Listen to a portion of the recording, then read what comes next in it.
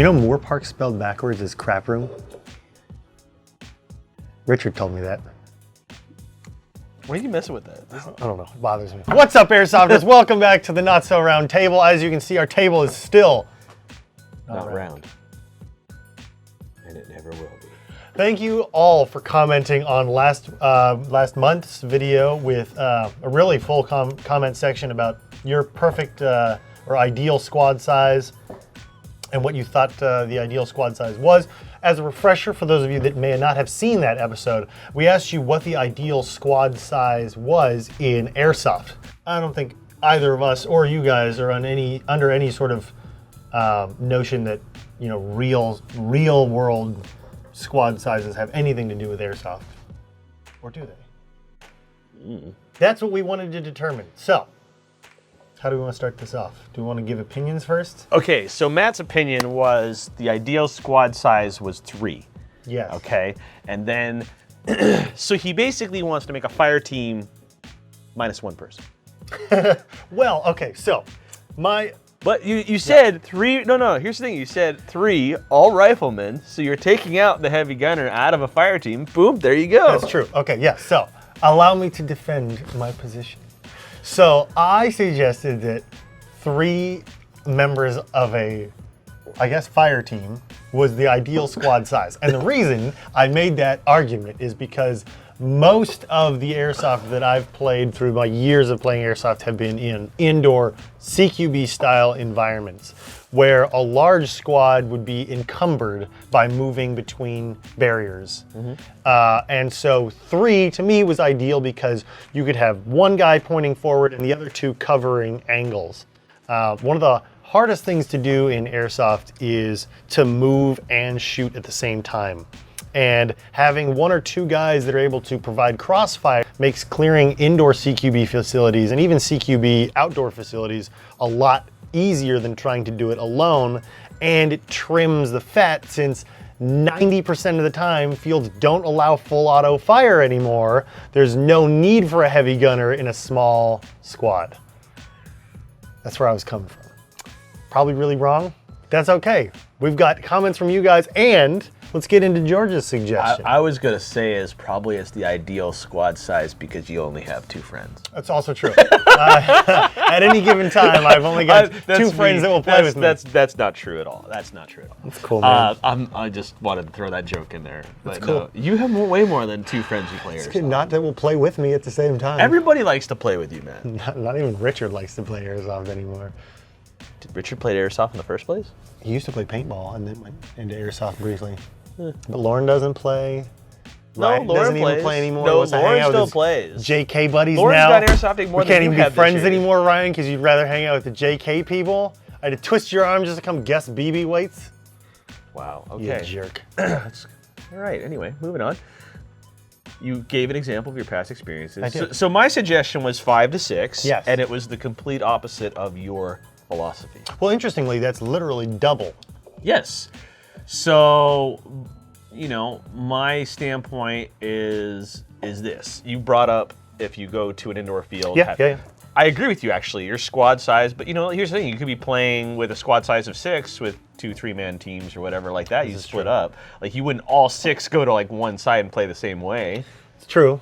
Very true. So, I get that in terms of indoor arena style play. Totally makes sense. Okay. You could actually probably just do it with 1 person or 2 people. 1 or 2 people extra. So, Oh, yeah. Mm-hmm. So, for 5 to 6, I would say that is more along the lines of an event squad size. Okay. I think the largest you can go on a squad is 8. I think after you get above 8, in terms of trying to keep everyone together, is very difficult. It's more difficult than actually playing Airsoft itself. We all end up being separated anyway. So we can get into that like later.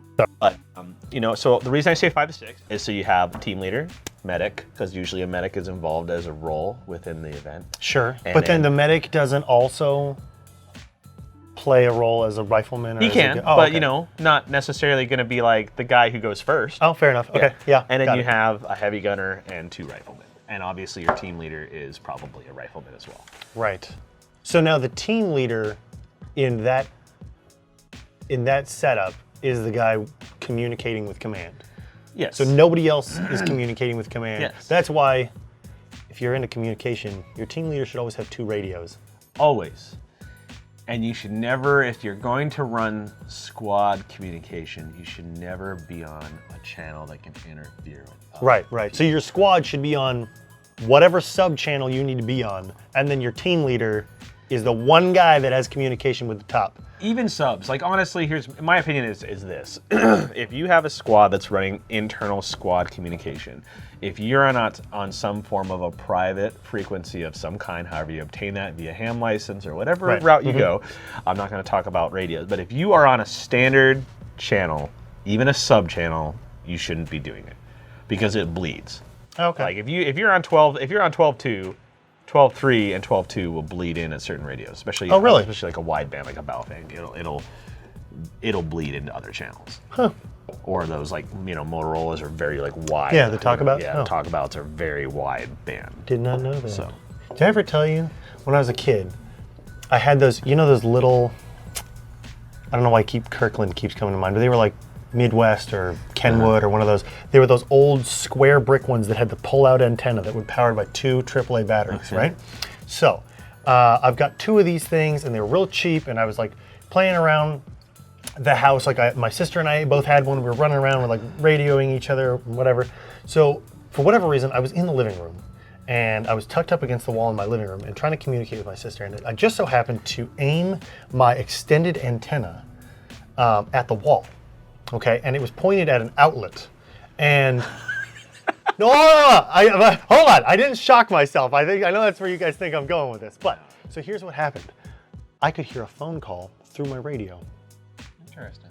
But not a phone call from my house. Interesting. Someone else's phone call, one of my neighbors, I could hear through my radio, through our electrical system. Not a lie. I don't know how it happened, but I could, and I recognized the voice as one of my neighbors. It was 2 houses down. Well, I mean, Now, I didn't. here's listen why to the though, is conversation. because Okay. I didn't sit there and listen to the conversation. I'm just saying. yeah, you did. Maybe. I was very young. It was a very strange conversation. It was not. Had credit card information, all that. If only. Yeah, but I have not tried that since. Well, I mean, radio waves as a definition, when in terms of you have communication bands going everywhere, that is FM radio, AM radio, telephones, everything is just broadcasted on different frequencies. So theoretically, it is possible that you could pick up something. I don't know how. I don't know how either. You could have just been using your internal house's wiring as basically like a giant antenna, and it was just picking it up. Yeah. Oh, that's a good point.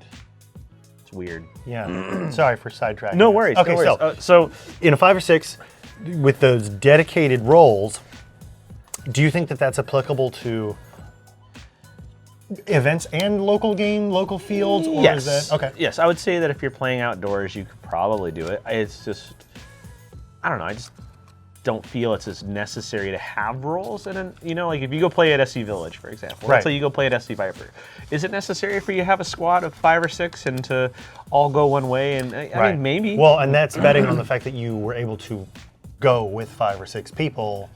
Yeah. On a weekend pickup game. So let's talk about what you guys said in the comments section. So Hans Solo.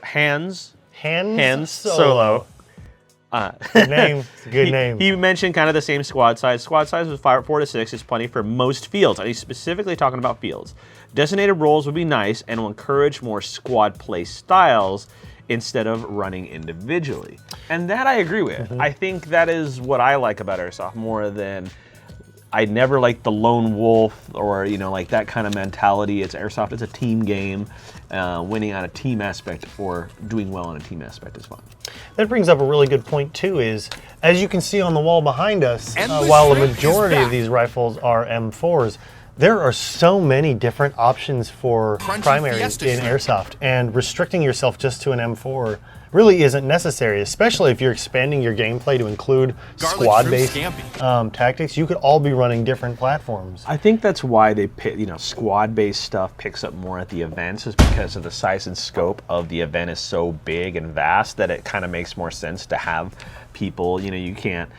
You can't have a squad of 6 snipers in an event. It just doesn't. We've seen that tried. It just wouldn't work Yeah. in an event. I don't think. Like, well, you all gonna just all go to the same building and shoot out of each window? Like, I imagine one day there will just be a game just of snipers. It'll be like a force of 200 snipers versus 200 snipers. There won't be any movement. It'll be one building against another, and everyone's trying to pick off headshots to post on YouTube. savage. Yeah, turn off your cameras. Enjoy the game. Anyway, moving on. Next, we've got Tristan Compton, who says the ideal squad size is 6. So it seems like 4 to 6. Seems like most of these people are agreeing with George's opinion, which... No, like I said, dude, you just were making a fire team. That's all. Fair enough. You'd end up with 2 fire teams. Oh, there you go. Okay, so you would end up with 2 fire teams of 3 to each team. Airsoft teams should have designated roles. The team would need to decide on primary weapon system, so that way they can make sure all mags are interchangeable. Well, that's interesting because that's addressing what we literally just talked about, with the exception of the sniper. So then how do we feel about, because the M4 is the most popular gun in Airsoft, I think Tristan's suggesting that like a rifle team should all be M4s or all be M5s or MP5s or all AKs? I understand that theory. Right. All right. In real life, but it would work. No, I understand that theory. I do. But I've never seen it in Airsoft. Like, I'm not gonna loan you my mag. The only time we have ever done a buddy mag in a game was at Red Storm West, when we tossed it because, movie. cool things. But I mean, like, I understand that, like, let's say you have, but if your team is running, let's say 6 mags is what you ideally need, plus maybe 1 in the gun. So if you have a triple shingle double stack, that's 6 plus 1. Maybe you have 1 in your belt. That's getting into 8 total mags. That is more than enough for any engagement. Yeah. Plus, you can always share speed loaders. Yeah, and that's like, so I don't know necessarily. I used to agree with it, the whole buddy mag thing, but I don't really think that's necessary now. To be honest with you, I really don't. Every once in a while, you'll see somebody with and I hit my mic with my hand. Every once in a while, you'll see somebody at an event with a magazine on their back, upside down, mounted in one of those plasticky upside down things. And you're like, "What's that for?" It's like, "Oh, a buddy mag." I have never seen a buddy mag used. Prove me wrong. Oh, I'm sure. If you guys have used a buddy mag in game, post it on Instagram, tag us. We want to see it being used effectively, because clearly neither of us know what we're talking about. I mean, what I've seen effectively used is buddy grenades. Oh yeah, absolutely. And that actually, if you think about that, the theory behind that makes way more sense, because let's say you're in front, you shouldn't be the guy fumbling with a grenade to throw it into a building because you're watching the door. The person behind you should be doing that. So they're grabbing the grenade and throwing it, and you guys, that makes way more sense. Plus, if my buddy goes down and he's wearing an EG67 on his vest and I know we're about to get overrun, as we're expoing, I'm gonna pull his 67, book it around the corner, and wait for us to get overrun, and then he can suicide bomb the guys who come around. Don't do that. Do not do that. That's extremely dangerous for your friend and the people around him. That's really messed up. You'll probably ruin his gun pouch. Now people are gonna do that and blame me for injuries. No liability. Chris, put up one of those disclaimers. All right, you wanna read the next one? Sure. This guy regularly comments on our Facebook as well and has really good opinions. So in local games, he finds that 4 to 5 work best. John Events, Tamura, by the way. John Tamura. Events, oh sorry, you already said his name. For events, he's comfortable with 10 or more. Roles, I really don't matter, as my guys are all set up as jack of all trade loadouts. Jack of all trade loadout, unless we know something specific. Everyone packing smokes, grenades, breaching, clearing. That's kind of good, like having everybody set up in the same way. If we need roles, then we would have somebody bring a gunner kit or a marksman kit. Back to smaller games, less people is more convenient, and less people you have to keep track of, which is actually absolutely true. So how do you keep track of this? Now here's a question I have for you, and I have my own suggestions of how, and a lot of other teams follow this rule. Hit me. Okay. With the question. So if you're running in a squad of, let's say, 8, okay, so you're with a squad of 8 friends and you're playing at an event, and let's say that 6 year squad members are down. Okay. red ragged up. Yeah. You know, and you have 2 guys left. Yeah. What is your protocol? What do you do? So me. Let's say you're not medics. Yeah. So that other dude and I will look at each other. We'll be like, we are ineffective without the rest of our squad, and we'll pop each other. Okay, so this is exactly what is this.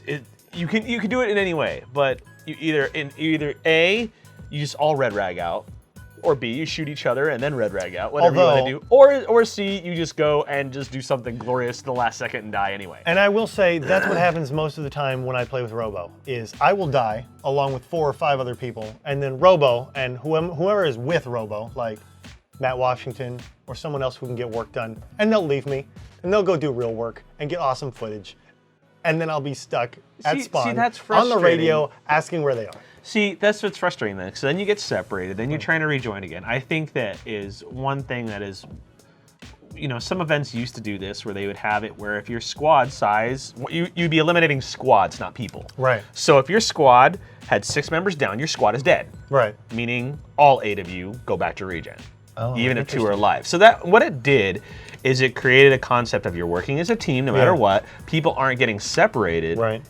And it's more fun for the entire collective versus then you don't get a little solo. Yeah, because you're staying together the whole time. Yeah. I will say though, if you have a smaller squad size, That doesn't happen as often. like 3, I don't have to wait as long for Robo to go do cool stuff. Odds are he'll probably die in time. Or Jet. Jet leaves me all the time. Yeah, no, you don't. Jet's like, I'm gonna go snipe now and get cool YouTube footage. Meanwhile, stuck with my M27 that doesn't, wait, no, M27, my 417 that doesn't fire well. You just got to keep working on it. I'll give up. But I mean, that is one thing with squad roles. I think that's very important is sticking together. I think that more more event companies need to be focusing on squad combat because you think about it, a lot of them complain about the individualistic aspect of Airsoft. Lone wolfing. Then why are you rewarding the individualist aspect of Airsoft? You're rewarding it in a few ways. You're rewarding it being focused on media, and you're rewarding it based off of how the rules are. So as a counterpoint to that, if you're in a squad of 8 and 6 of your dudes go down, and like you're literally the last 2 dudes holding a point to get reinforced, under a rule set in which your entire squad would be eliminated, then you've lost that building.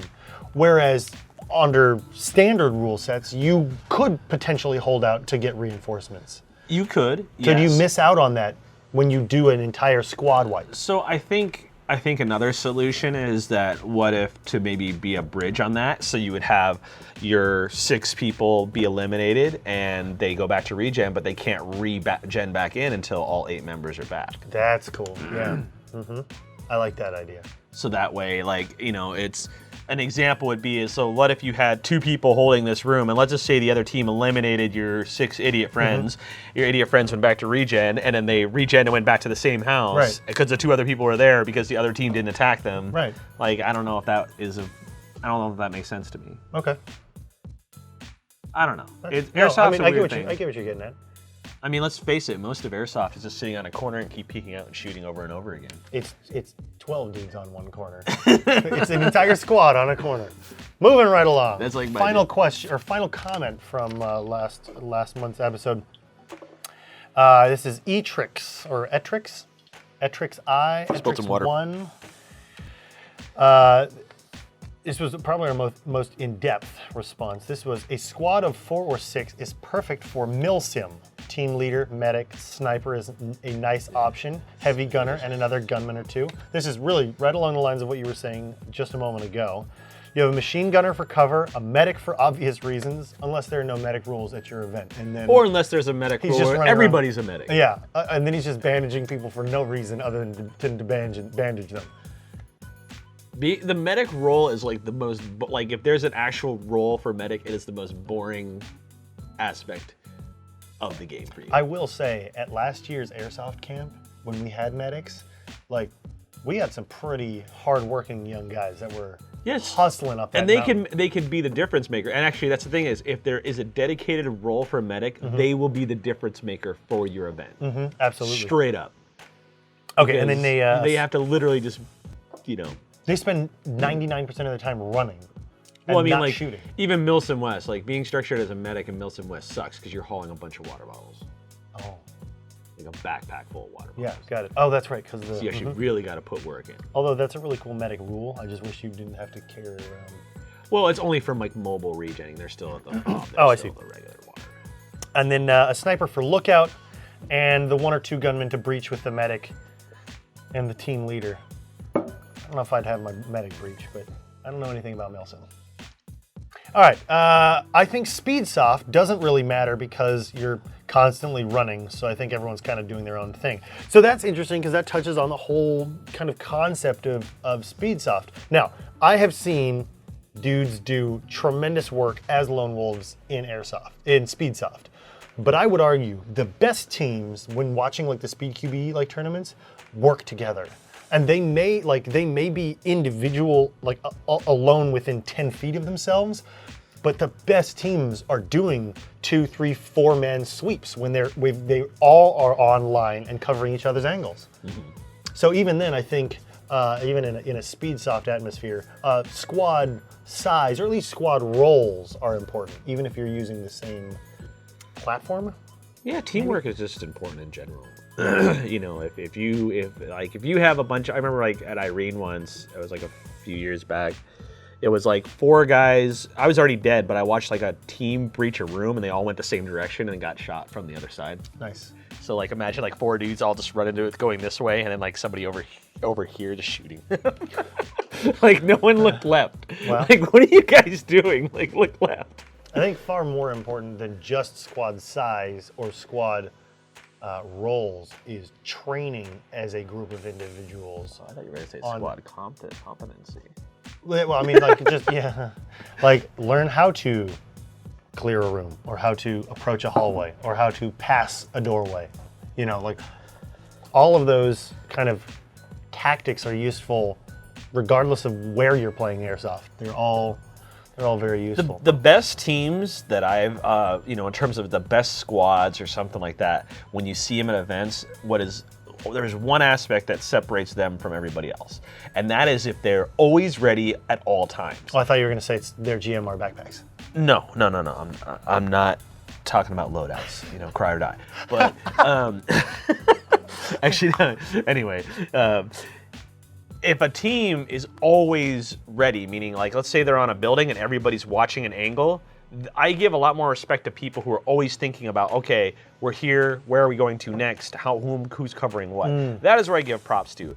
But you don't see that in Airsoft. What you see is a bunch of guys line up on the side of a building, and then like one guy's like peeking the corner, and everybody else is like standing around with their gun up and water. That's usually me, is the guy not on the corner. No, yeah, but I just like shooting friends. I don't know. Like your squad mates, or no, I like getting together with my friends and shooting each other.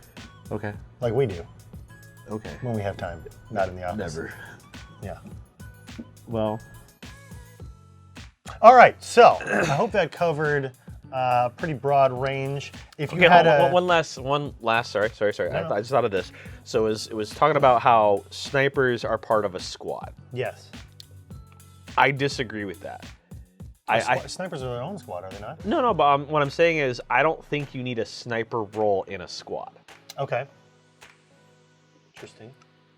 I think, if you want to put somebody on Overwatch, because a sniper in Airsoft, if they're providing Overwatch, is like anybody could do that technically. Right. You could have a guy go up on a building and spot to another team. He doesn't have to have a sniper rifle to do so. Okay. So I would say that if the sniper role maybe should be classified as an overall event role, meaning like let's say each faction or whatever had like 2 sniper teams or something like that of 2 people, so that way it's limiting the role versus every squad bringing a sniper out. I guess the only concern I have though is like what happens if like I sign up for the event and I want to be a sniper and those roles are already filled. Like that's not fair to everybody, right? Like we all want the same opportunity to do. Yeah, no, that's an interesting theory though. Is how you limit, because like I said, is what we're running into now is you're seeing a lot more people sniping in Milsim games. Yeah, true. You know, it's not, before it was just like somebody bring out something that looks like an SR-25 and a scope and they're called a sniper. Right. You know, now you actually have people bringing bolt action and, you know, running around in ghillie SR-10. suits. Yeah, you actually have people doing this, trying to do this a lot more than previously.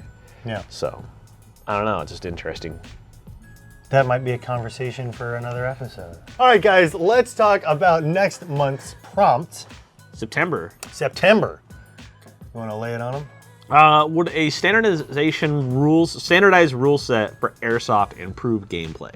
And what we're talking about with that is, right now with Airsoft there's rules and roles that go everywhere. Every event's different. Some people don't know when they're like, am I dead here? Am I dead there? Like, I would like to see some standards, but you know, hey, what do you guys think? Especially, you know, differentiating between local fields and events. Obviously, those can't have the same rules.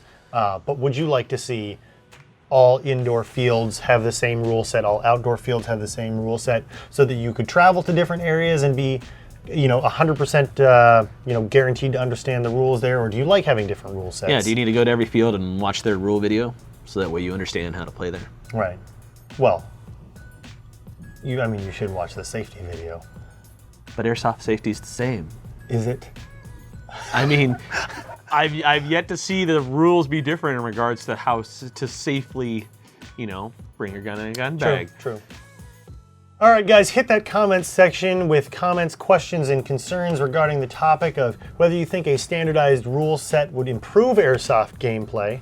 If you like NSRT and you want to support us doing more of these episodes, click the like button on this video. And if you like what we're doing on the channel and you want to see more in-depth reviews and NSRT episodes, click the subscribe button and the bell icon to be notified when we have our latest videos. Thanks for tuning in. Don't be afraid to share this video with your friends and argue with it.